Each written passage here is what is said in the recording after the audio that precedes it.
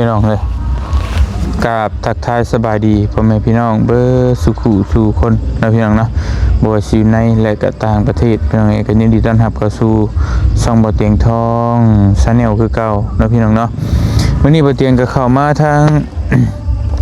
บ้านหนองมักยางเมืองอัสสะพังทองแขว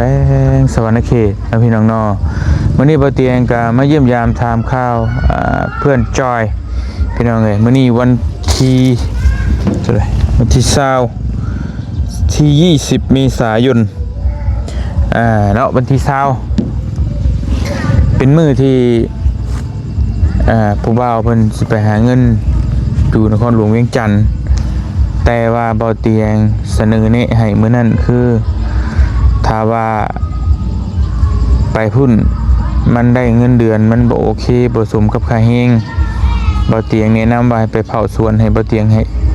ก็ได้บ่เตียง2คนเพิ่นน่ะบ่เตียงสิให้5ล้าน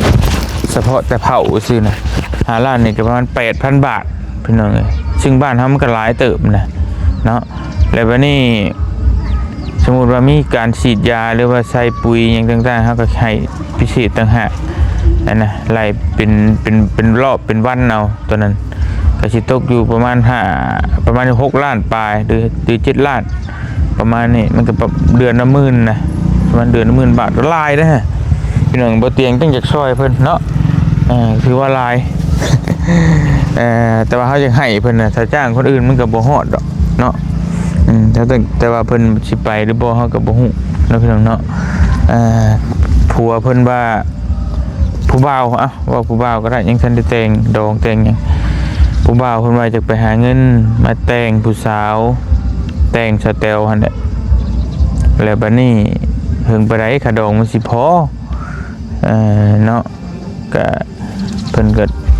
นัดใจอยู่คือว่าคำบาทหนึ่งบ่แต่ก็เงินนี่เท่าไหร่เป็น50 ล้านก็หลายเติบได้ถ้าหาเฮ็ดเวียกเฮ็ดงานทั่วไปนี่เป็นปีช่วงปีพุ่นแหละเพื่อสิได้หรือบ่พี่น้องเนาะจังว่ากันไปนี่เข้าไปเยี่ยมยามถามข่าวเพิ่งทั้งจอยเพิ่นก่อนพี่น้องเลยไปพี่น้องเนาะก็ได้นะ2,000ลง2,000โอ้ยงามมากพันนี่ว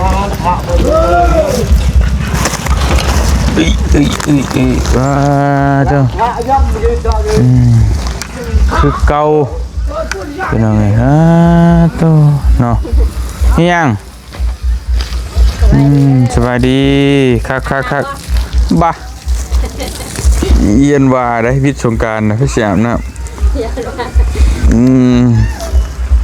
จะได้มาคมาคำแล้วว่าสิมาจอบบางคนกอดกันอยู่บ้านเพื่อนฮะอยู่บ้านท่านได้ไปบ่ฮะหาคำตอบน้ำปลาเตียงเลยถ้าคำตอบมันค่อยเฮียงว่าจะไปเมื่อใดสิไปบ่ไปอันแล้วเฮ้เขาบ่จักว่าโตสิไปหรือบ่ไปให้ไม่ใช่มาถามแล้วนี่ไปบ่สรุปแล้วโอ้ธรรมดาเว้ยเห็นคนนอนขึ้นไล่มือไล่ขึ้นบ่เห็นบ่เตียงมาบ่นอนคิดหลายมือหลายขึ้นแล้วมันบ่สงกรานต์เฮ้ยจะส่งไปบอกเต็งในเพจอยู่บ่ล่ะโตก็บ่บอกเดี๋ยวจะพุ่งหัวจะบอกอยู่ถ่ายในใดกระชงบอกเด้อโอเคจะตบให้เนาะพี่น้องเลยว่าเตียงก็บอกว่าแต่ว่า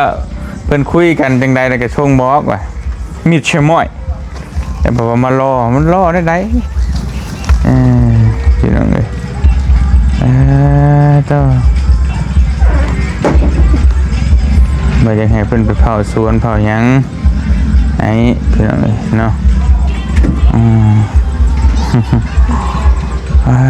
บ่ได้มาบ่ฮะเฮ็ดหยังเอาผ้าลงบ่แค่ผ้าจังว่าแล้วบืนนี่มันถึงมือกับพาตุเมไปฟอกไต นะไปพอกมะขลังว่าโอ้ยเนาะสิเฮ็ดแนวใดมีแต่กินข้าวกินน้ำแล้วบ่ซื้อ ไปกินอยู่เพื่อนดอง ปิ้งเป็ดมาฝากเด้กับขนมเอาแล้วพี่น้องเนาะเพิ่นมีดองบ่บ่ ดอก ทัน ไม้ไปส่งกับมาคิดนี่ ธรรมดาพี่น้องเอ้ยนี่ไม่กันนะ ไม่เอา มีน้ำเย็นๆให้กินพร้อมเอาพี่น้องเนาะ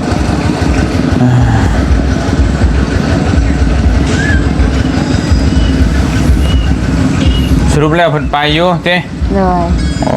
ยพี่น้องเนาะบอกให้ครั้งแรกติงเห็นตัวสมออยู่คิดว่าเราสิไปลองเบิ่งอยู่เวียงจันทน์ก่อนบ่ว่าดูว่าจังได๋นะก็เลยบ่ได้บอกบ่ได้หยังเราว่าจังได๋เว้ากันคุยกันว่าจังได๋ ไอ้ เราบ่อยากลองบ่ใช่อยู่เวียงจันทน์เวียงหยัง จักน้ำพันละคือเม็ดจิลี มุจิลีแต่ว่าเราว่าสิไปข้างแน่บ่ เลย ถามกันเลยเพิ่นมาบอกพ่อแม่เพิ่นแล้วว่าสิไปใต้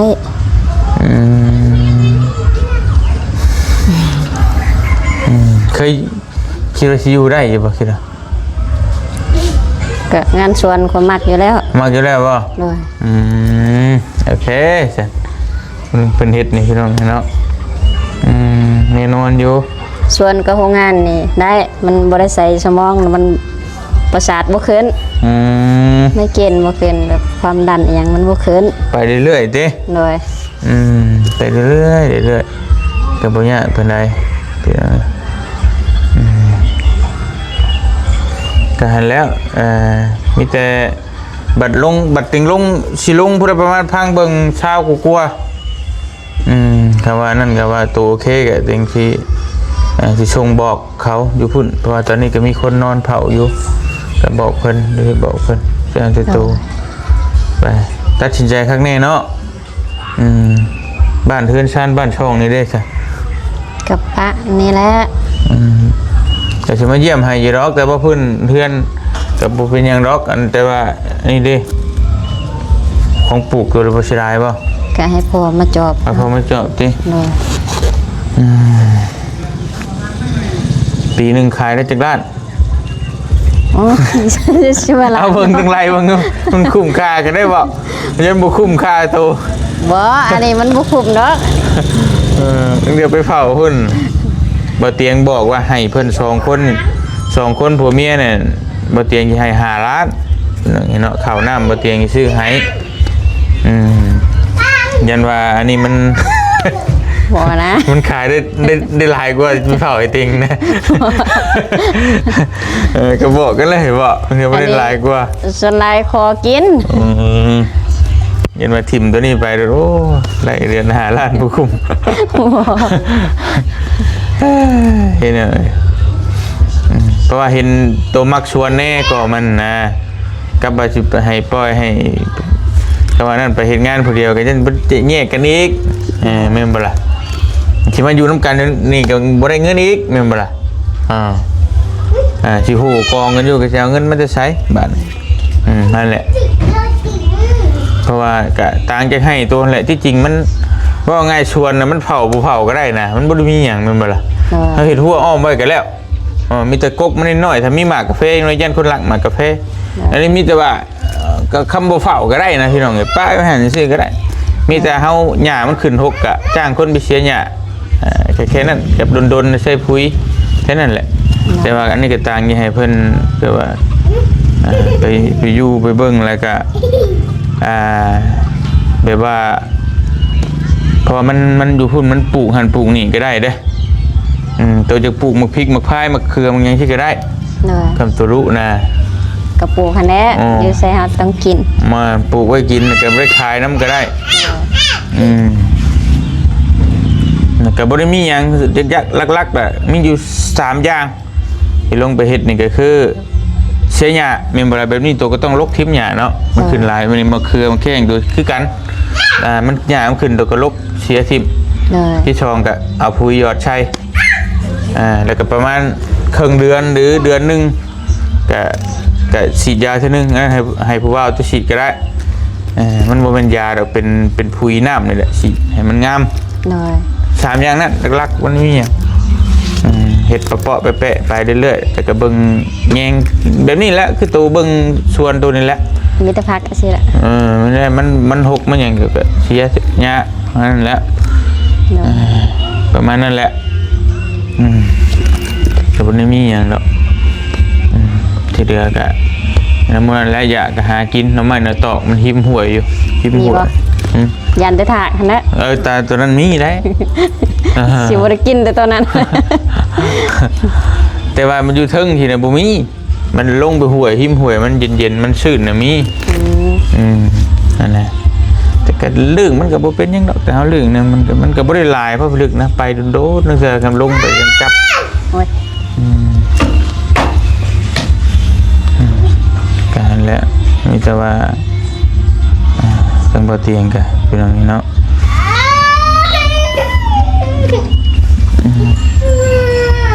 กระเบิ้งเลย เป็นหยังน่ะห่วงเมย์พี่น้องนี่เนาะนี่ลงไปเบิ่งไปเบิ่งสภาพแวดล้อมอยู่พุ่นเคยไปจักเทื่ออยู่บ่ เคยไปเท่านึงไปเก็บกาแฟ เก็บกาแฟพร้อมโอ้ธรรมดา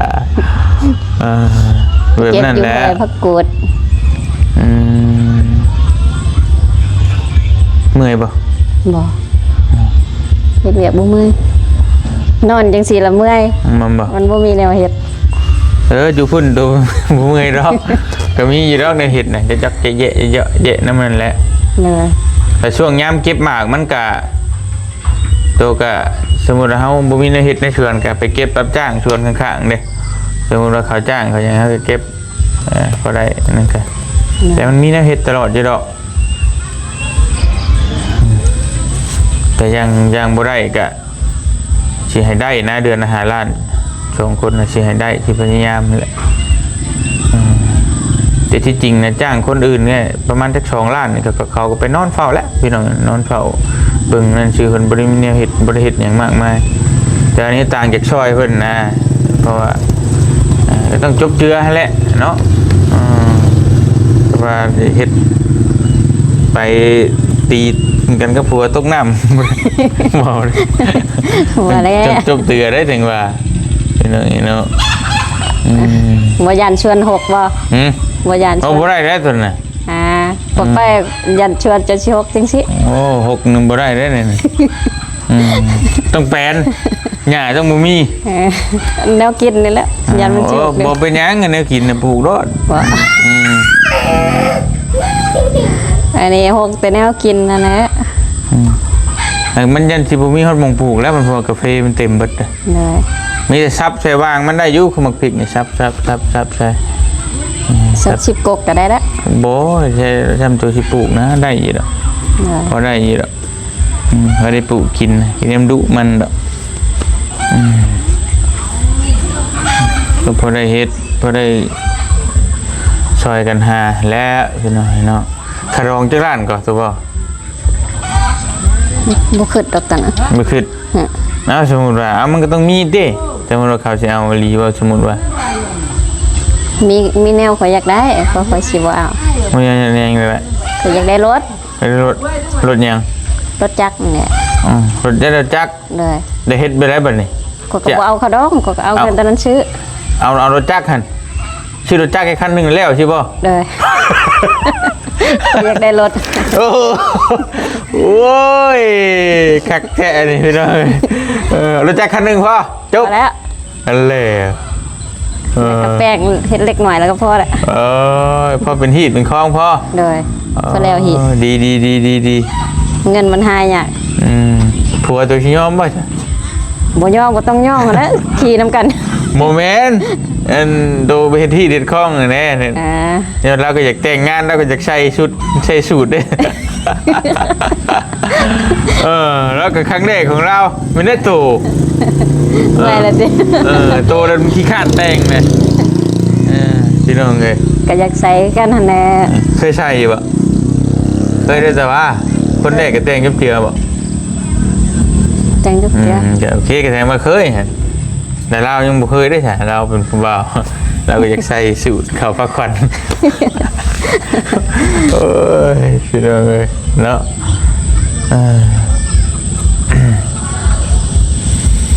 นี่แต่ว่าทั้งบ่อเตียงกับสีพุ่นแหละบัดลงไปใต้เล่าใต้รอบนี้กับสิพาเพิ่นลงไปถ้าว่าตัวโอเคนะคุยกันโอเคล่ะก็ลงไปนั่นแหละเฮ็ดตับๆแจ๊กๆน้ำมันนั่นแหละเป็นจังไงแต่มันก็สีเงาๆนิดนึงนั่นแหละคักอยู่พี่ก็คือกันแหละว่าแล้วกันเนาะก็บ่ได้สู่มีหมู่มีพวกบ่ได้ แถวนี้นิมิตคืออยู่ในบ้าน เขินต้องเข้าไปในพุ่นแล้วก็เรื่องกันจะเลาะเข้าไปพุ่นก็ได้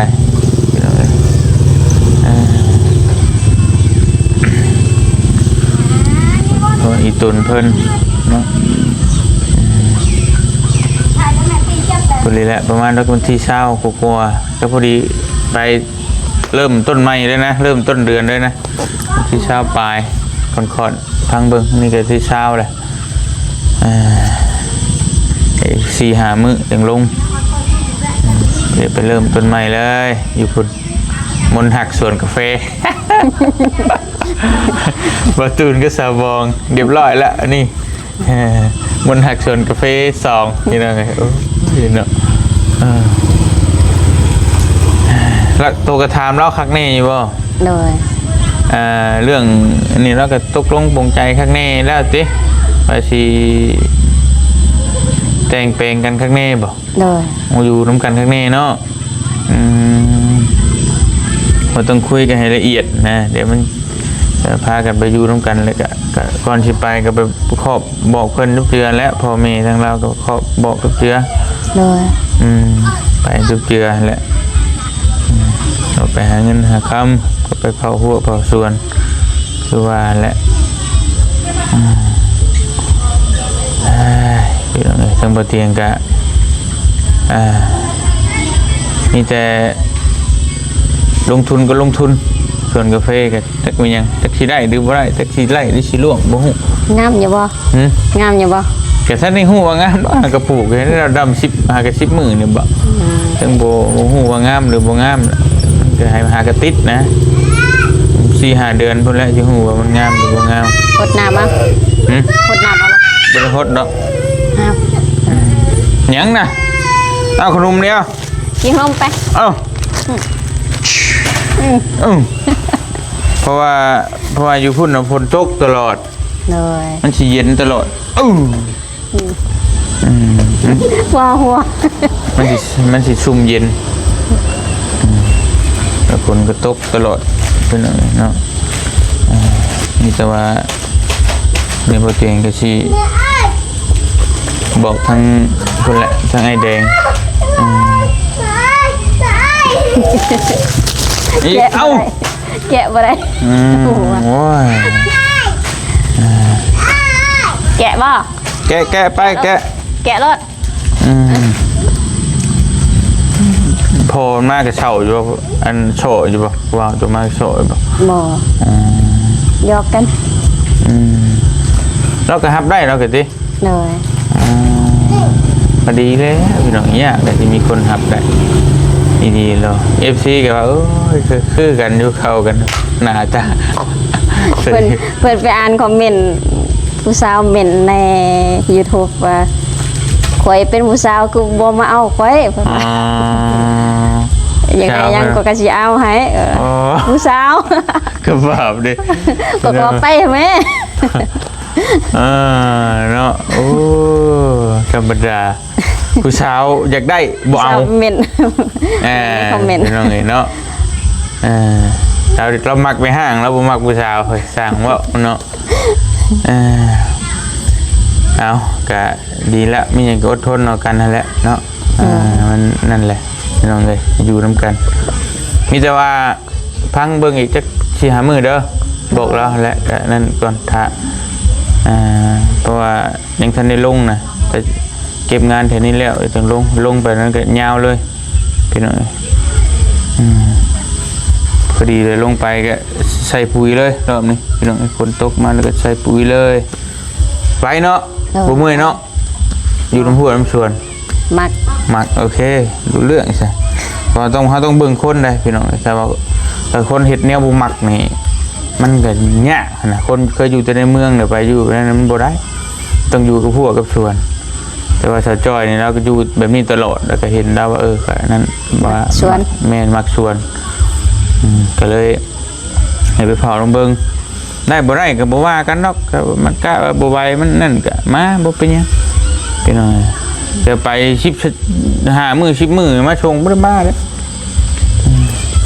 เป็นจังได๋เมาเป็นไอ้โต หวานละวง เมาล่ะโอ้ ปาดเกือบแล้ว เนาะ บอกแล้วครับถ้าจะเบิ้ล หาเก็บเงิน เมายังเก็บเงินได้เนาะ จะเบิ้ลแล้วนี่ เก็บเงินเฮ็ดยัง เงิน เอาพระมือ อ๋อจังโมงหั่น แล้วแต่เข้ารักเลย ประมาณ7 โมง เก็บเงินนี่เก็บแต่บ้านไงครับไปเอา จนว่าก็เงินเฮียอีก ไปเอาเลยยา จับไปจับเจือน่ะเงินเฮียน่ะเมาเลยยังจับเงินจับคำบุยโอ้เรื่องมาแต่ใช้กินยังใช่เมา มาอยู่บ้านเพิ่นแหละ เงินดอก เขาเฮ็ดหยังเฮ็ดดอง โดน โอ้เสือถึงตายฉี่เบิดเพิ่นว่า หนาวหมดแล้วบ่เตียง แค่ก็ได้40นี่ โผล่ หาเก็บเงินนี่ตู้หาเก็บเงิน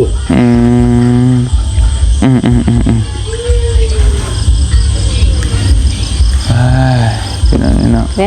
เงินก็ยังบ่ทันให้ มาเอามาจ่ายแล้วกันเพื่อนอะเท่าไร อยู่นำเข้าก็อยู่นำพันเลยอยู่ไปบินแล้วก็บอกให้แต่ก็เก็บ นั่นแหละเพื่อนเท่าไรวะเก็บ เช่า เจ้าพัน เจ้าหอดแต่เครื่องนึง มีบ่ ได้อยู่เงิน คือแบบ เงินก็เอา เบิดดีๆเลย หัวยังอยู่จังซี่แหล้วคนบ่ได้เฮ็ดเวียกนี่ คือแบบ เวลาเฮาบ่ได้เฮ็ดเวียกมันก็บ่มา เก็บยังบ่หมด เงินบ่ไหลเอาให้แต่เว้น ออกคนอยู่ โอ ที่ เค อย่าไปทีมนี่เด้อ ไปเก็บต่อไป กูยังบ่ได้หาเงินเดี๋ยว โอเคเดี๋ยวมันสิค่ำฮะ โดดอยู่นำเข้าเนาะ โอเค แล้วนั่นเข้าตังค์ล่ะ อันนี้ไปบ่นี่เป็นจ้าง เป็นสั่งมาเลย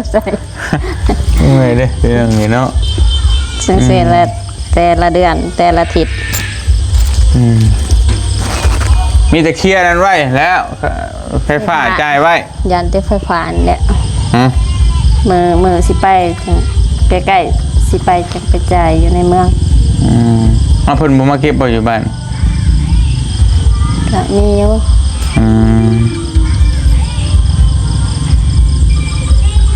ไปกันนั่นก็ได้เอาบินไว้อันบ่แม่นเอาเบอร์โทรเพิ่นไว้ก็ได้กันนั่นสิมาได้จังจ่ายให้ก็ได้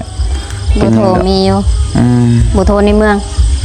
ดูในเมืองพอ เลยในเมืองมีแล้ว นั่นเอ้ย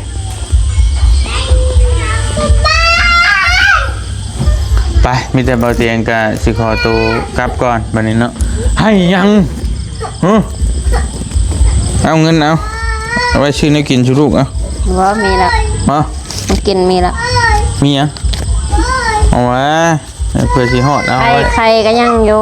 ฮะ ใคร เอามาให้ อยู่จะเอามาให้หั่นแหละ บ่ยอมเอาอีกลอยดิ ใครยังบ่ไล่เอาให้ละแสนหนึง โอเค นี่แหละ thank you เด้อใจอะไร โดย มีแฮง โดยมีแต่นั่นแล้วเด้อ เลย เดี๋ยวบอกเราเตรียมพร้อมเตรียมข้าวเตรียมของ เด้อ อพยพไปนั่นเลยเนาะ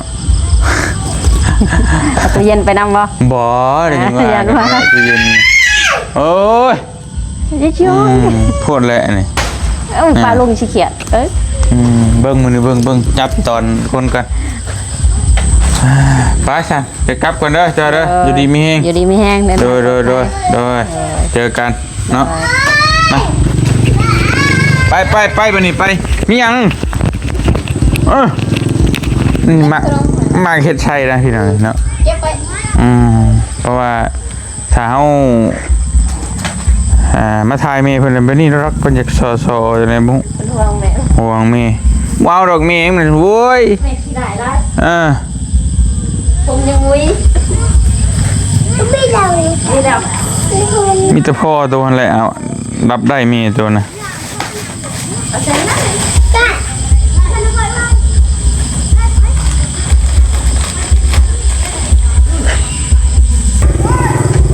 ไปพี่น้องเดินทางกลับก่อนเมื่อก่อนบัดนี้อยู่ดีมีแฮงว่าจะขู่อยู่คนเนาะก็ได้คำตอบแล้วเพิ่นสิไปอยู่สวนพี่น้องเอ้ย